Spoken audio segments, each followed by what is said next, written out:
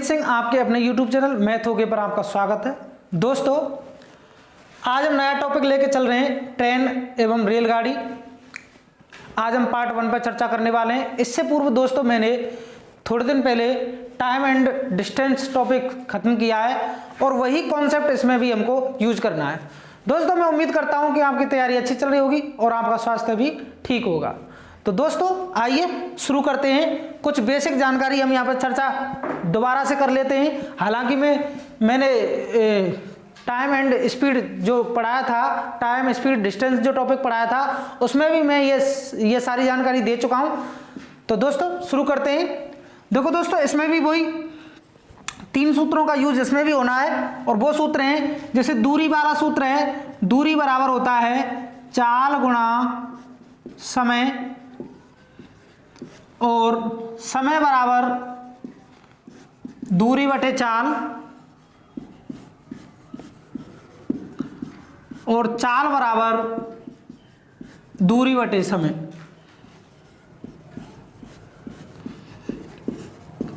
पहली चीज तो दोस्तों ये है कि ये तीनों सूत्र इसमें यूज आने हैं। दूसरी चीज क्या है कि जैसे मान लो चाल है, कोई चाल है किलोमीटर प्रति घंटे की चाल है और इसको हमें बदलना है मीटर प्रति सेकंड में। तो हमको क्या करना पड़ेगा, 5/18 से गुणा करना पड़ेगा। किससे गुणा करना पड़ेगा? 5/18 से हम इसको गुणा करेंगे, तब जाकर ये मीटर प्रति सेकंड में चाल कन्वर्ट हो जाएगी। दूसरी तरफ दोस्तों, यदि मान लो चाल आ जाती है मीटर प्रति सेकंड और उसको यदि हमें कन्वर्ट करना है किलोमीटर प्रति घंटे में, तो हमें 18/5 से गुणा करना पड़ेगा। दूसरी चीज दोस्तों ये हमें ध्यान रखनी होगी। आइए दोस्तों, तीसरी चीज क्या है? तीसरी चीज है कि मान लो कोई ट्रेन है, ये कोई ट्रेन है और ये ट्रेन और यहां पे कोई खंबा है पटरियों के सहारे, ये पटरियां हैं और यहां पे कोई खंबा है, इसे हम खंबा मान लेते हैं, या कोई व्यक्ति खड़ा है या कोई वृक्ष है या कुछ भी और कोई ऐसी कोई स्थिर चीज हो जो पटरियों के सहारे खड़ी हो। तो इसे पार करने में यदि मान लो कोई ट्रेन अपनी L मीटर की ट्रेन है कोई और किसी S चाल से चल रही है और T सेकंड का टाइम ले रही है, तो इसमें ऐसी स्थिति में दोस्तों हमें T बराबर L/S यानी कि समय बराबर L यानी कि जो लंबाई होती है ट्रेन की, अपनी लंबाई के बराबर ही वो दूरी तय करेगी और सेकंड जो टाइम होता है, वो जो चाल होती है वो यहाँ पर आ जाएगी। S से मतलब होता है यहाँ पर स्पीड और L से मतलब लेंथ यानी कि ट्रेन की जो लंबाई है उससे मतलब है, यानी कि T बराबर L/S का रिलेशन यहाँ पर होता है। दूसरी चीज दोस्तों, यदि मान लो सवाल ऐसा आ जाए कि मान लो कोई ट्रेन है, ये ट्रेन है और ये ट्रेन किसी प्लेटफार्म को पार कर रही है या फिर किसी सुरंग को पार कर रही है या फिर किसी पुल को पार कर रही है, तो मान लो इस ट्रेन की लंबाई L1 है और इस पुल की या सुरंग की या फिर प्लेटफार्म की लंबाई L2 है, तो इसे पार करने में दोस्तों उसे टाइम कितना लगेगा? L1 प्लस L2 यानी कि खुद की लंबाई प्लस प्लेटफार्म सकते हैं, जैसे सुरंग कह सकते हैं तो, या फिर पुल कह सकते हैं, यानी कि इन दोनों की लंबाइयों को पार करने के बराबर, मतलब इन दोनों लंबाइयों को उसे पार करना पड़ेगा स्पीड। तो T बराबर L1 प्लस L2 बटे स्पीड। तीसरी चीज इसमें क्या है दोस्तों, ये पहली चीज मैंने बता दी, दूसरी ये बता दी, तीसरी ये है, चौथी ये। अब हम पांचवी चीज के बारे में चर्चा करेंगे और वो ये है कि जो रिलीवेंट स्पीड जो मैंने पहले बताया था, उसमें उस कंसेप्ट को देखना पड़ेगा कि मान लो कोई 2 ट्रेन है, 2 ट्रेन है, मान लो ये ट्रेन है और ये ट्रेन चल रही है यहां से और एक ट्रेन ये है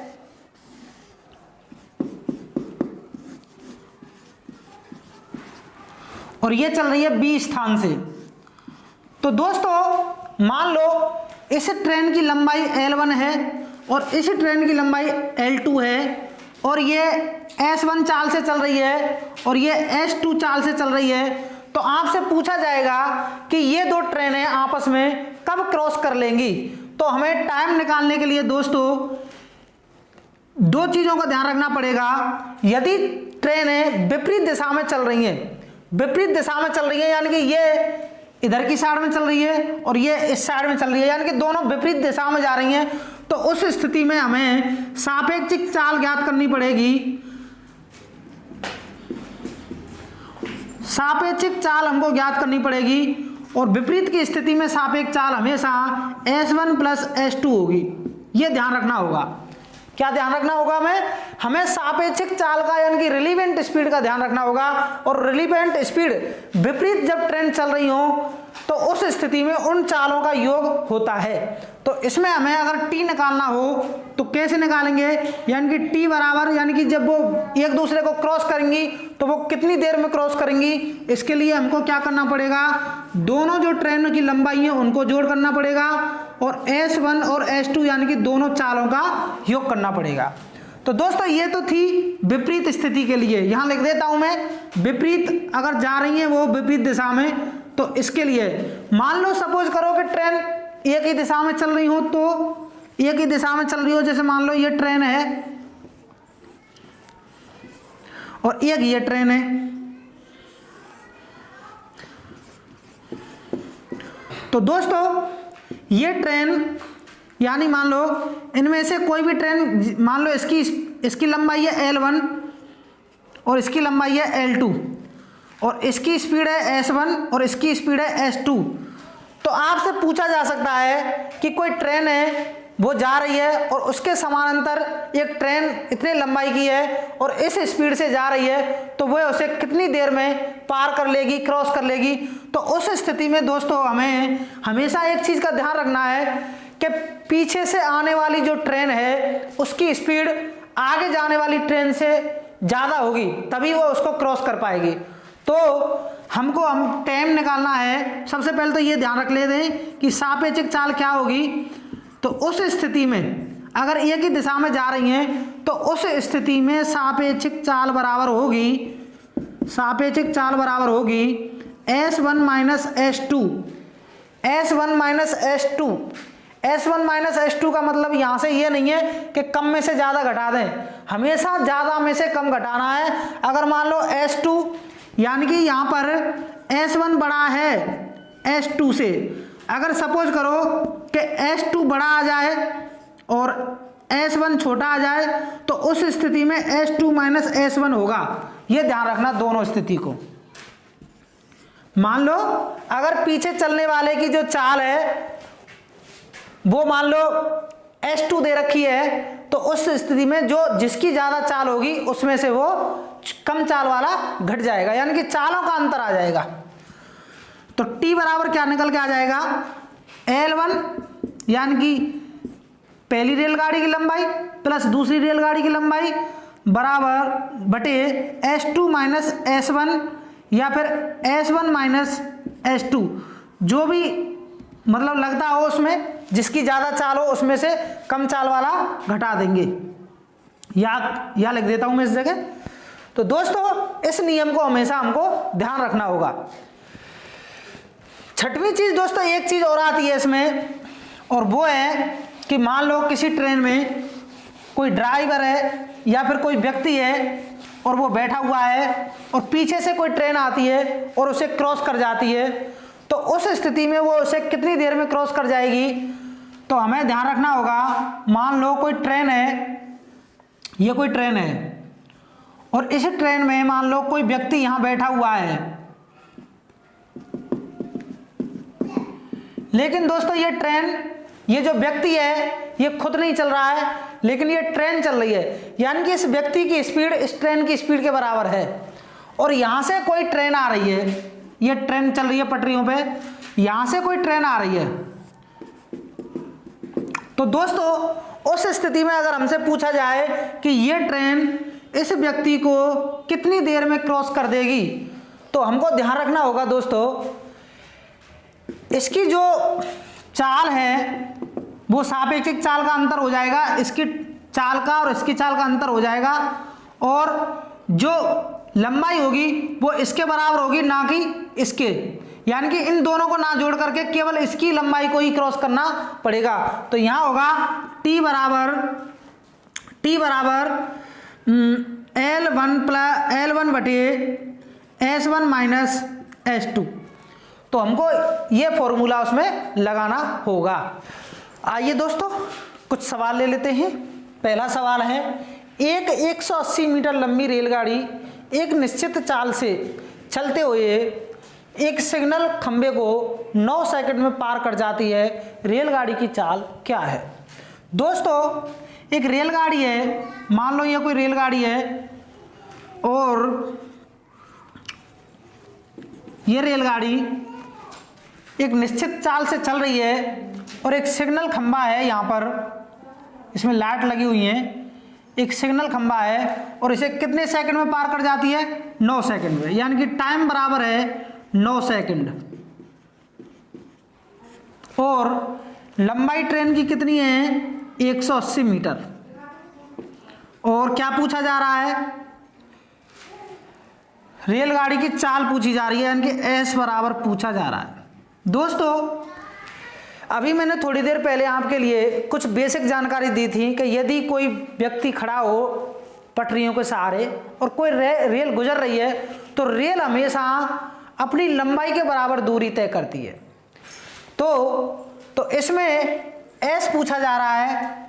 अभी हमने देखा था कि टी बराबर एल बटे एस सूत्र था, टी यहाँ पर दिया हुआ है 9 और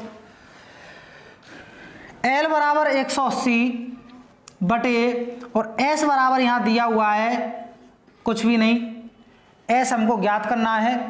तो यहाँ हो जाएगा वज्र गुणा कर दें, 9S बराबर 180 और S बराबर हो जाएगा 9 दूनी 18 20 मीटर प्रति सेकंड। क्या होगा, 20 मीटर प्रति सेकंड, क्योंकि रेलगाड़ी की जो चाल होती है वो किलोमीटर प्रति घंटे में होती है, इसलिए हमें मीटर प्रति सेकंड की चाल को किस में बदलना होगा, किलोमीटर प्रति घंटे में। तो दोस्तों मैंने बताया था कि यदि चाल मीटर प्रति सेकंड में हो और उसे हमें किलोमीटर प्रति घंटे में बदलना हो तो हमें 18/5 से गुणा करना होगा।